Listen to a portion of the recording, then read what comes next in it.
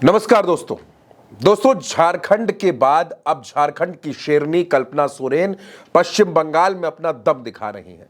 आपने देखा कि किस तरह झारखंड में कल्पना सोरेन ने अपनी ताकत से, अपनी हिम्मत से, अपने प्रचार से जेएमएम की जीत सुनिश्चित कर दी। उसके बाद आपने कल्पना सोरेन को असम में प्रचार करते हुए भी देखा, असम में चुनावी रैली करते हुए भी देखा और अब कल्पना सोरेन पश्चिम बंगाल में चुनाव प्रचार कर रही हैं। लेकिन दिलचस्प बात इसमें दोस्तों यह है कि कल्पना सोरेन और हेमंत सोरेन ने वहां अपने प्रत्याशी नहीं उतारे हैं, बल्कि वो दोनों पति पत्नी टीएमसी के लिए प्रचार कर रहे हैं, ममता बनर्जी के लिए प्रचार कर रहे हैं।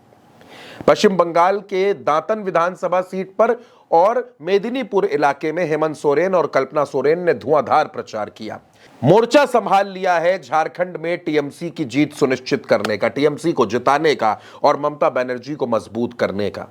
पश्चिम बंगाल में जब कल्पना सोरेन प्रचार करने के लिए पहुंची तो उनका अंदाज वैसा ही आक्रामक था जैसा आक्रामक अंदाज आपने झारखंड में देखा था जब हेमंत सोरेन मुश्किलों में थे और किस तरह कल्पना सोरेन ने अकेले दम जेएमएम की इतनी बड़ी जीत तय कर दी थी।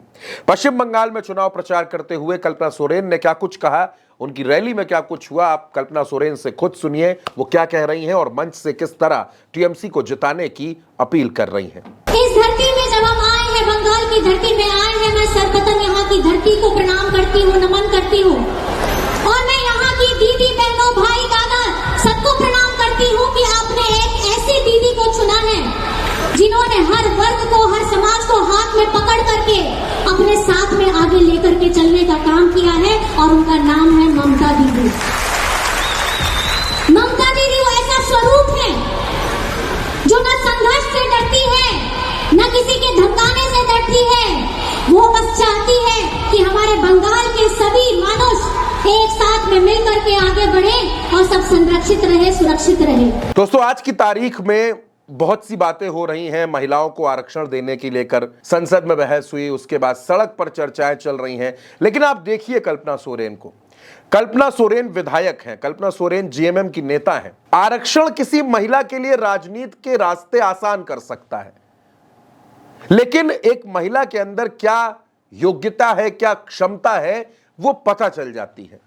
कल्पना सोरेन ने बीते 2 सालों में 2024 के बाद से लेकर अब तक खुद को राजनीति में स्थापित कर लिया है और साबित भी कर दिया है। आज कल्पना सोरेन सिर्फ झारखंड में नहीं बल्कि दिल्ली के सियासी गलियारों में भी उनकी चर्चा होती है। लोग कल्पना सोरेन के बारे में बात करते हैं, उनके अंदाज को देखते हैं और किस तरह रिश्तों को निभाया जाता है, राजनीति में किस तरह गठबंधन धर्म का पालन किया जाता है, यह भी कल्पना सोरेन ने दिखा दिया। कल्पना सोरेन ममता बनर्जी को जिताने के लिए मैदान में उतरी हैं और झारखंड के साथ, असम के साथ अब बंगाल में भी कल्पना सोरेन की धमक सुनाई दे रही है। कल्पना सोरेन अपने अंदाज में अपनी बात रख रही हैं। कल्पना सोरेन का अंदाज एक और बार देखिए वो क्या कह रही हैं। क्या बंगाल कभी डरेगा? आज की इस लड़ाई में जहां पे भाजपा के लोग पूरे अपने सारे संवैधानिक संस्थानों को लगा करके रख दिए हैं, आज हर एक चौक, हर एक चौराहे में, यहाँ पर भी तो मुझे सुनने में भी आया है कि बहुत सारे लोगों के यहाँ पे रेड भी हो रहे हैं। मैं ये पूछना चाहती हूँ जब चुनाव के समय में यहाँ के सारे लोग सारे जश्न के साथ इस लोकतांत्रिक पर्व को बड़े जोश के साथ मनाना चाहते हैं, आप इन्हें बंदूक की नोक पे डराइएगा मत। ये बंगाल है, ये संघर्ष की भूमि है, ये माँ दुर्गा की भूमि है, ये काली माँ की भूमि है। यहाँ की एक एक माँ दुर्गा का स्वरूप है, एक एक माँ काली का स्वरूप है। ये वो धरती है जहाँ पे माँ को सबसे ज्यादा पूजा जाता है।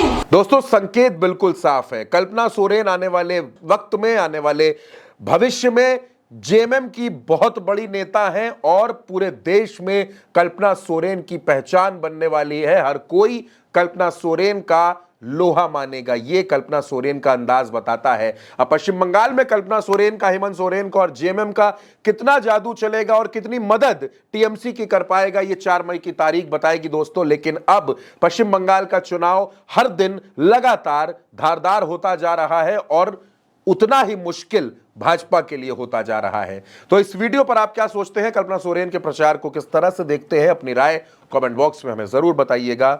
उल्टा चश्मा यूसी को सब्सक्राइब कीजिएगा। नमस्कार।